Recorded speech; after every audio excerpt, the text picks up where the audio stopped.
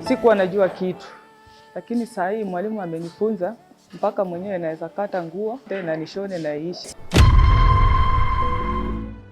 Tangu mwaka wa 2004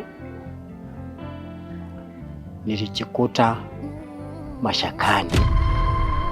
Want to be so much grateful because of the Compassion International for what it has for the community. It will no longer be among the poor communities around. It will be among the most empowered communities in Vihiga County. Leo nimeletea wanalengo women group 350,000. Pesa yao ilikuwa approved. Niwe pekee wanijua vyema, kwako sitetereki kamwe.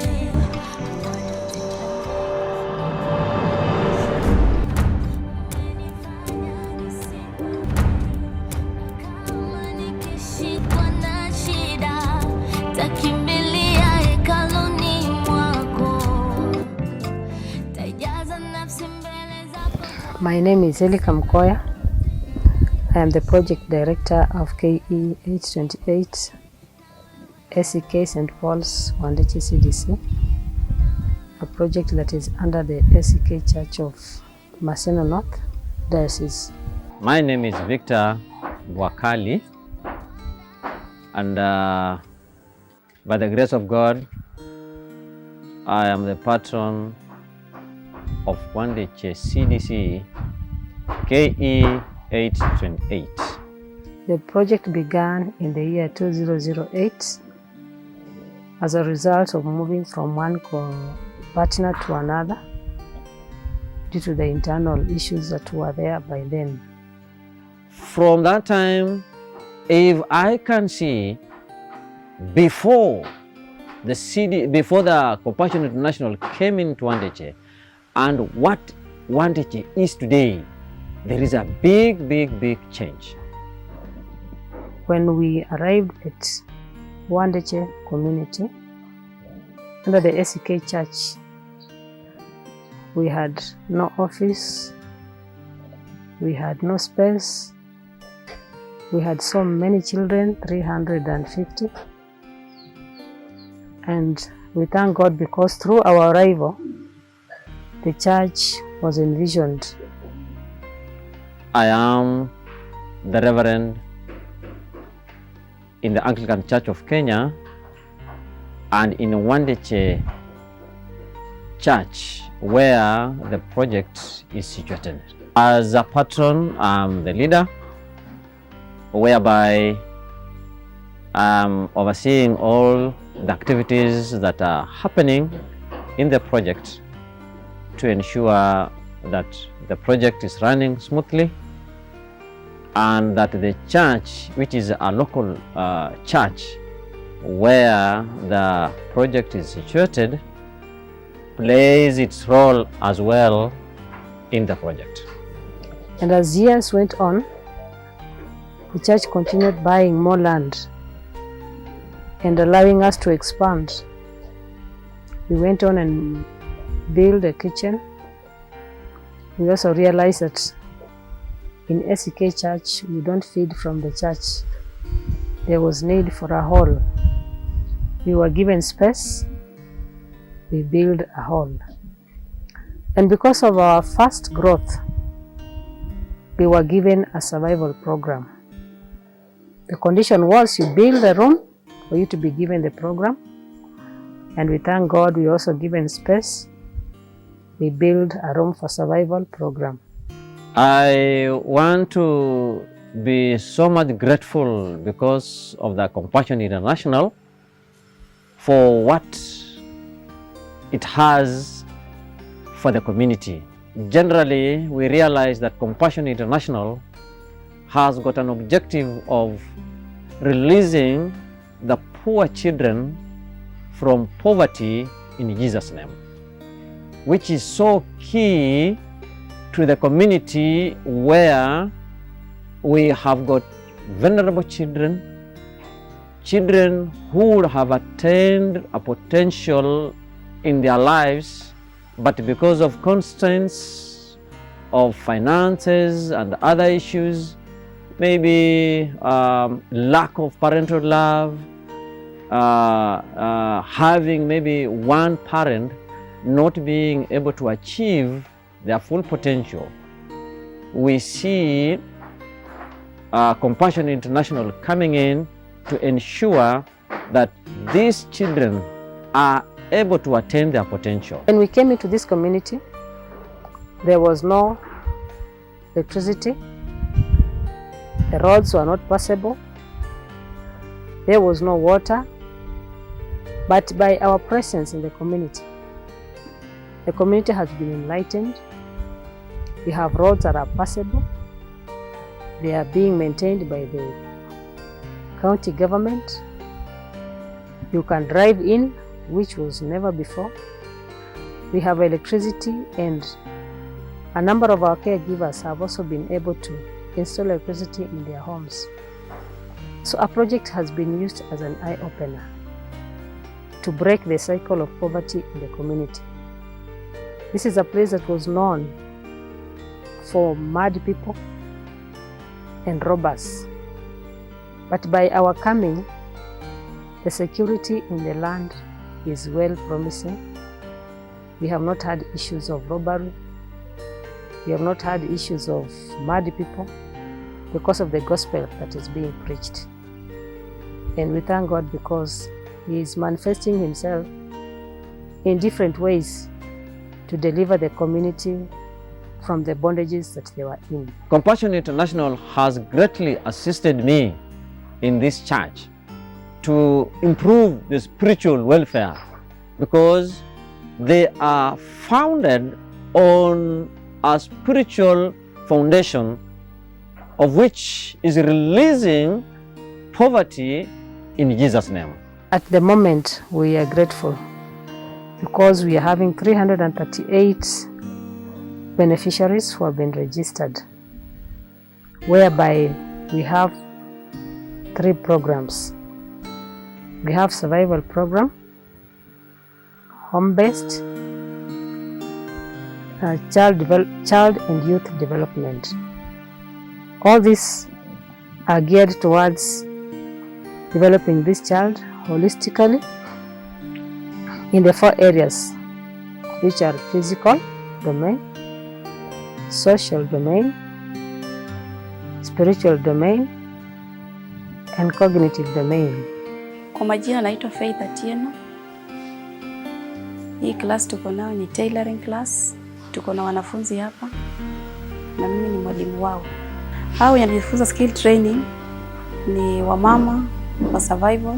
Hii skill training ni njia moja ya kuwasaidia at least in future wanajitegemea wenyewe. Sana sana tuna impact skill wakuwe na jinsi ya kupata pesa ya kujisaidia, kuendeleza familia yao, kusomesha watoto wao na miradi mingi huko nyumbani. Nilichukuliwa hapa nikiwa na mimba mpaka mtoto sahii amekuwa. Hii skill inanisaidia kwa sababu hapo mbeleni sikuwa najua kitu, lakini sahii mwalimu amenifunza mpaka mwenyewe naweza kata nguo bila usaidizi wowote na nishone na iishi mpaka nipike pasi. Kwa majina ni Blantina Akiru, mzazi wa Margaret Zengwa. Hapo kwa mradi najifunza tailoring. Najua nimejifunza kushona shati. Shati unachukua ukitaka kupima shati unatumia full length, chest,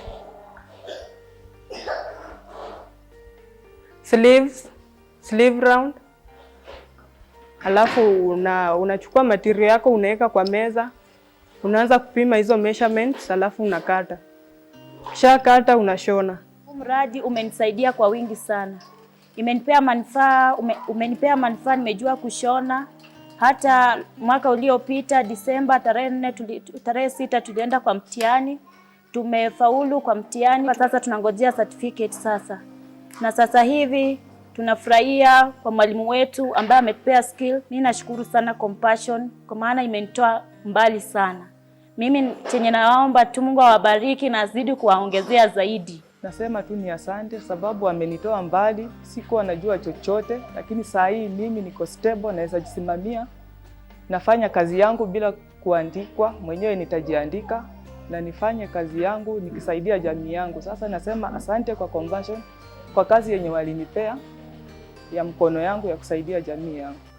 Mimi najifunza kushuka. Kwa sasa hii tuko na products, equipments na braids. Clipper ni ya kunyoa, alafu tuko na water heater. Kwa products tuko na shampoo, conditioner na wax.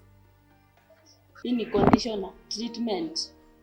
Pia inasaidia kuosha nywele.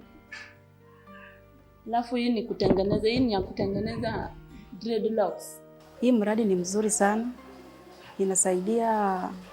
Imesaidia sana kuinua wamama. At least the far they have gone through. Sasa kuna wamama wanajitegemea. Wanafanya kazi, wanauza, wanashona manguo wakiuza, wanajipatia income. Sasa message yangu mzuri kwenyu. At least umeleta mwangaza kwa hii mradi. Wamama at least wameamka kwa usingizi. They can do their skill work perfectly and they can earn something for them to sustain. At least they are able to move on with their lives. They are able to get a few coins for their sustainability. They are able now to be part of economic growth of this place. I thank God because of our caregivers. We have always trained our caregivers on business ideas, on empowerment, on how they can support themselves in case Compassion no longer exists. We have grouped our caregivers into different groups that are known as table banking. They meet every month on 16th to do table banking, where they save and loan. After loaning, they go and invest in their businesses. The following month, they bring back the loan and the interest. And as they have continued doing that, they have been able to pay their monthly dues, development fee that they all agreed that they will pay. And in the process, we have been able to develop as fast as we are now. Kwa majina naitwa Eunice Michelle Buchichi. Mimi ni chair lady wa Lengo Women Group. Ofisa Phoebe kutoka Enterprise alikuja akatuletea loan, tukachukua pesa tukafanyia mradi zetu. Kwa majina naitwa Phoebe Abwao, ofisa wa Women Enterprise Fund, Luanda Sub County. Leo nimekuja chama ya Lengo Parents Women Group, inapatikana hapa kwa Compassion Wandeche. Wamekuwa members wangu wazuri, tulianza na hao tukawapea 100,000, walilipa vizuri, tukarudi tukawapea 200,000, wakalipa vizuri. Sasa leo nimewaletea cheki yao ya 350,000. Majina ni Susan Suma. Mimi ni accountant wa project, na hii kikundi cha wanalengo ni kikundi changu. Na the reason why we formed this group, wazazi walikuwa na shida ya kulipa tuseme pesa ya mjengo kwa sababu Compassion haijengi na pesa za kulipa wapishi.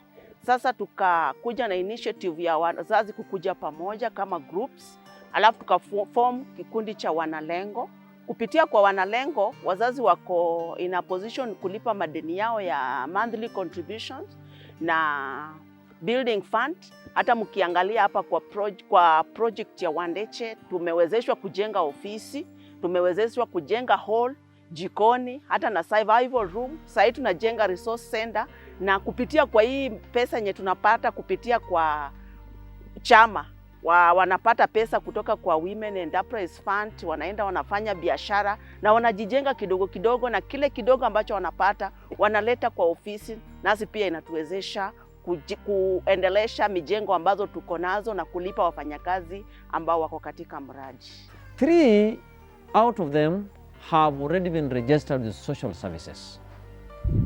And you can now imagine being registered as social services, they are able now even to offer goods and services to the project, whereby they can make, they can apply for tenders and actually compete competitively and get these tenders to improve their economic status. Alafu tunainuana wenyewe kwa wenyewe. Kuna wenye wanafanya biashara ndogo ndogo, kufuka kuku, biashara ya mboga, majani, na kuna hata mwenye alinunua ploti kutokana na hii pesa ya loan ya enterprise.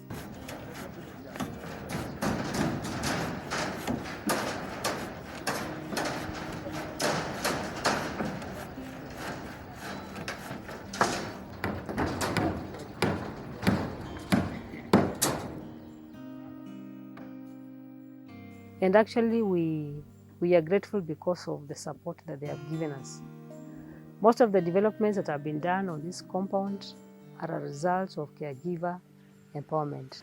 So we are happy in the Banda that even the groups are being led by one of the teams that are running this project. As a result, we are able to come up with a storage building whereby it will be housing mechanical weldings, it will be housing tailors, we shall have computer, we shall have masonry as well, and we shall also be having other rooms like halls that can be used for hire, of which will have greatly improved the status of the project, which by the end of the day, it has to be self-sustaining. We thank God because one is for H100 parents. These are caregivers who are HIV positive. We put them together so that they can encourage one another.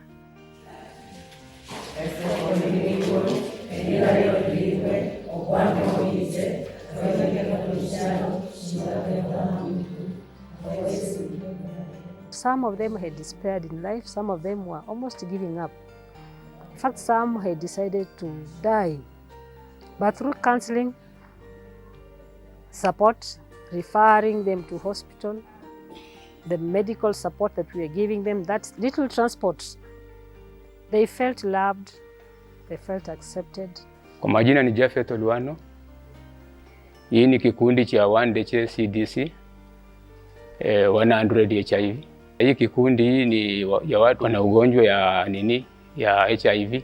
Kwa hivyo hii kikundi tumeunda kulingana na vile hali yetu ilikuwa. I am so grateful to say that we have never lost a caregiver whom we recruited when they are positive.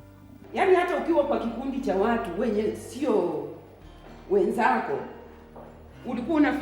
nilikuwa nafika mahali naanza kujihukumu mimi mwenyewe. Lakini wakati niliingia kwa hii kikundi, nilijitolea na moyo wangu wote na nikajitia nguvu. Nikaona kumbe tuko wengi, siko peke yangu. Nazidi tukuwahimiza tuzidi kukua na hiyo moyo, ili hata mwingine akiwa mahali mwenye amejikunja, hiyo kujikunja isimfanye aende kukufa. Na sisi tukue watu wa bidii na tukue na nguvu. Yani tukisimama tutoe ile uoga. Ukishatoa ile uoga, utaishi na utaishi. Some their children have graduated out of the system. Their children are now working, they're employed. Their caregivers are still alive and they are healthy. And they are still coming to the project. Kwa majina, mimi naitwa Annette Ambasa, mzaliwa wa huko Kakamega, lakini nimeoleka huko Bwali Bunyore. Nilioleka mwaka wa 2000. Wakati nilipopata mimba ya mtoto wa kwanza, mume wangu alianza kugonjeka.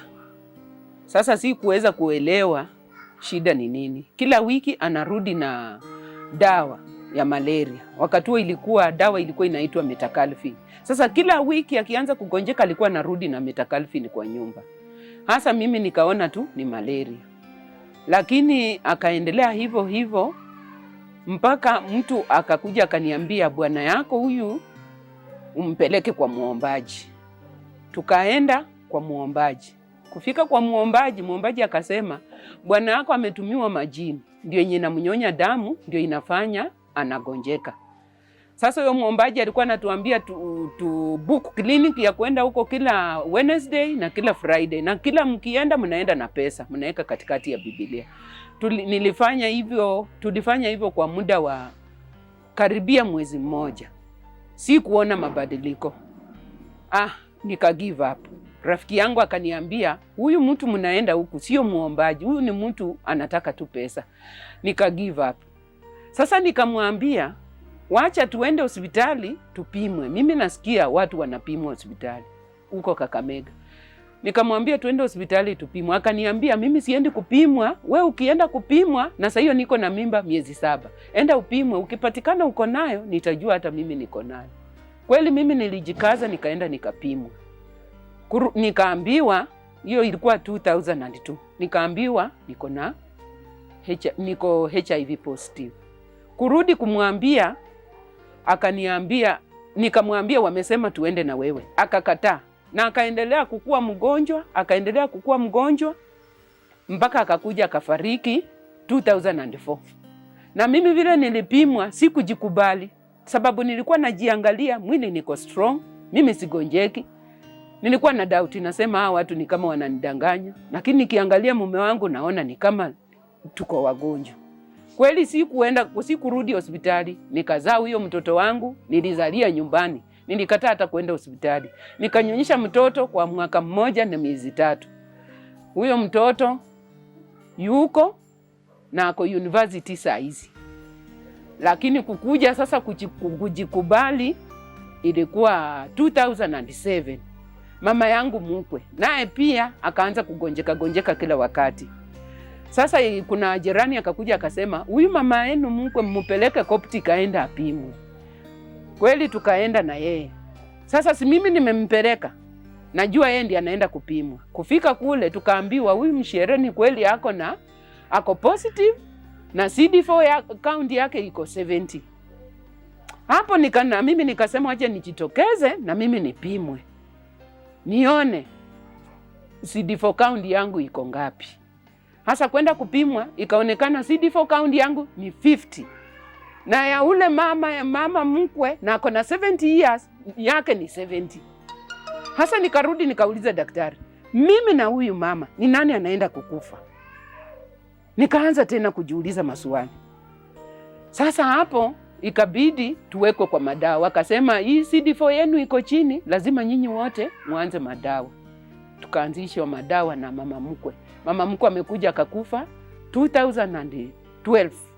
Lakini mimi wakati nilianza madawa 2004 mpaka wakati huu sigonjeki, niko mzima, ninafanya shughuli zangu, ninaungana na wenzangu. Wakati nilikuja hapa mtoto akakuja akachukuliwa hapa kwa mradi, nikakuja nikapata wenzangu wako na kuna kikundi ya kama wenzangu, nikapata pale mafundisho. Hapo ndio nilianza kukua na bidii. Nikameza madawa vizuri. Wakati hata niliwekwa madawa nilikuwa na meza wakati ule nimependa. Sikuwa nafuata ratiba ya madawa. Lakini wakati nilikuja kwa kikundi hapa tukafundishwa, nikaanza kumeza madawa vile inatakikana. Nikaanza kufuata masharti ya daktari. Tulikuwa tunakuja hapa tunapewa hata fare kwenda kliniki kila mwezi kwenda kuchukua madawa. Nikaona at least maisha yangu imebadilika. Nilikuja nikazaa mtoto 2010. Huyu mtoto mwenyako kwa mradi nilimzaa 2010. Hakika Mungu ni mwema. Huyu mtoto nilizaa 2000 nikiwa na virusi, hana virusi. Huyu mtoto nimezaa 2010 nikijua niko kwa virusi na nikiwa nimewekwa kwa madawa, hana virusi. Wote ni wazima. Na ninamshukuru Mungu kwa umbali huu. Kwa majina ninajulikana kama Johnson Kwendo Ingati. tangu mwaka wa 2004 nilijikuta mashakani, yani ndio nilikundua niko mashakani ya virusi nilipokwenda kupimwa. Kulingana na mafunzo kwenda seminars, nikafunzwa, nikajisikia niko huru sana zaidi wakati mradi ilinichukulia mtoto. So so much grateful for Compassion International, the founder, and the objective that he had, which is actually being realized in so many people, as we can see today. We have teachers, secondary school teachers and primary school teachers and ECD teachers who have graduated from the project. We have project directors who are also serving in the same ministry. Just because of what they went through and how they were served, they also felt that they need to develop another child somewhere. We have business people, students who have graduated from the project. They are doing a lot of business. Some are in the county, others at their ward level. We have mechanics who have graduated from the project. We have building and construction engineers who are taking tenders from the county, building schools. Like I can cite a case of Sylvester Olukaka, who trained in Sigalagala, building and construction. As we talk, he has been able to win tenders in the county. He was among the people who were building schools for junior secondary, the transition program that is taking place in the Ministry of Education. That one is a plus to us because we are seeing beneficiaries who are out there and they are saying they are tired of poverty and they are fighting to their best to see that they develop and even develop their families. We thank God for Compassion, and as it partners with churches, we know that through it, God is using the ministry to evangelize the gospel to all people, not only children, but to all people across the road, where we have the youths, we have the old women, we have men, and all other that the church is able to come across through Compassion program. So God bless the sponsors for having come up with an idea of supporting the needy child in Africa. And I want to assure them that their funding is not being wasted. It has transformed lives. And as you continue funding, soon we are going to transform this community. It will no longer be among the poor communities around. It will be among the most empowered communities in the Vihiga County. May God bless you so much. Magonjwa ya kila